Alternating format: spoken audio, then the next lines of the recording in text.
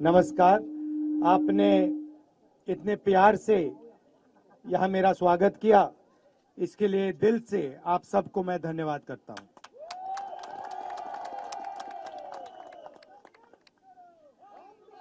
पिछले साल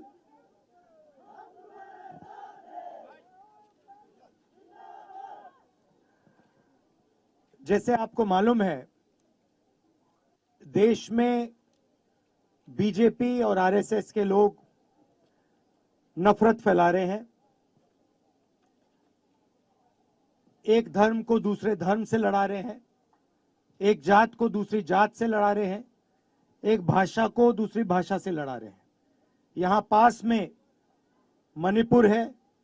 मणिपुर में जो हो रहा है के सामने है। ये बीजेपी और आरएसएस की विचारधारा का नतीजा है। महीनों से मणिपुर जल रहा है और देश के प्रधानमंत्री आज तक मणिपुर नहीं गए हैं। तो ऐसा ही माहौल पिछले साल था। आप जानते हो कि मीडिया इन चीजों की बात नहीं करती है। मीडिया बेरोजगारी की बात नहीं करती है, मीडिया महंगाई की बात नहीं करती है। जनता के जो मुद्दे हैं वो मीडिया में आते नहीं हैं। इसीलिए हमने सोचा क्यों नहीं हम एक भारत जोड़ो यात्रा शुरू करें। और पिछले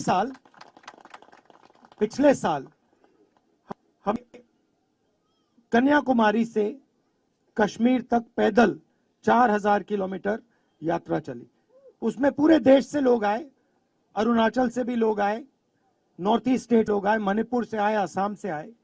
और उन्होंने हमें एक बात बोली, कहा कि देखिए, आप कन्याकुमारी से चल रहे हो, कश्मीर तक जा रहे हो, मगर आप नॉर्थ ईस्ट में नहीं आओगे, बाकी प्रदेशों में नहीं आओगे, तो ये ठीक नहीं होगा। और हमने ये बात एक्सेप्ट की। इसीलिए हमने दूसरी भारत जोड़ो यात्रा मणिपुर से शुरू की, मतलब नॉर्थ ईस्ट से शुरू की, क्योंकि हम मैसेज देना चाहते हैं देश को कि नॉर्थ ईस्ट बाकी सब प्रदेशों जितना जरूरी है और ये किसी से कम जरूरी नहीं है। तो इसलिए हमने ये यात्रा मणिपुर से शुरू की। उसके बाद असम गए, असम के बाद मणिपुर के बाद नागालैंड, नागालैंड के बाद असम, और अब हम अरुणाचल में आ रहे हैं। यात्रा का लक्ष्य आपको बताने का नहीं है। हम 6-7 घंटे यात्रा करते हैं और शाम को हम 15-20 मिनट अपना भाषण देते हैं। हम आपकी आवाज सुनना चाहते हैं, आपके दिल में जो है वो समझना चाहते हैं, आपके मुद्दे उठाना चाहते हैं। जैसे अभी मेरे पास बस में 4 अरुणाचल के युवा आए। उन्होंने मुझे कहा कि देखिए, हम 5 साल हमने काम किया, सेना में हमारी भर्ती हो गई, और 5 साल काम करने के बाद, प्रैक्टिस करने के बाद, रनिंग करने के बाद जब हमारी भर्ती हो गई, सरकार ने 1,50,000 युवाओं को सेना से निकाल दिया। जो एक्सेप्ट कर लिया था उनको रिजेक्ट कर लिया। तो अब उन्होंने हमें बताया है हमें इस मुद्दे पर हम काम कर सकते हैं। तो आपके जो भी मुद्दे हैं उनके बारे में आप हमें बताइए। अरुणाचल के हैं, यहाँ पे चाइना बॉर्डर पे आपकी इश्यूज हैं, अलग अलग मुद्दे हैं। हम आपके मुद्दे समझने के लिए, सुनने के लिए और उनको उठाने के लिए इस यात्रा में चले हैं। जहां भी हम जा रहे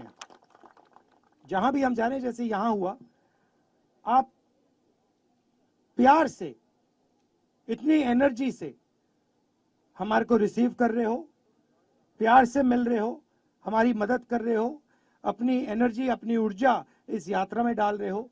इसके लिए मैं आपको दिल से धन्यवाद करना चाहता हूं। आखिरी बात आपसे कहना चाहता हूं कि हिंदुस्तान में बहुत सारे प्रदेश हैं, छोटे प्रदेश हैं, बड़े प्रदेश हैं, मगर मेरे लिए सारे के सारे प्रदेश एक जैसे हैं। जो आपकी भाषा है, बीजेपी की विचारधारा है कि हिंदुस्तान को दिल्ली से चलाया जाना चाहिए। हिंदी भाषा पूरी देश में फैलनी चाहिए। सब हिंदुस्तानियों को हिंदी भाषा का प्रयोग करना चाहिए।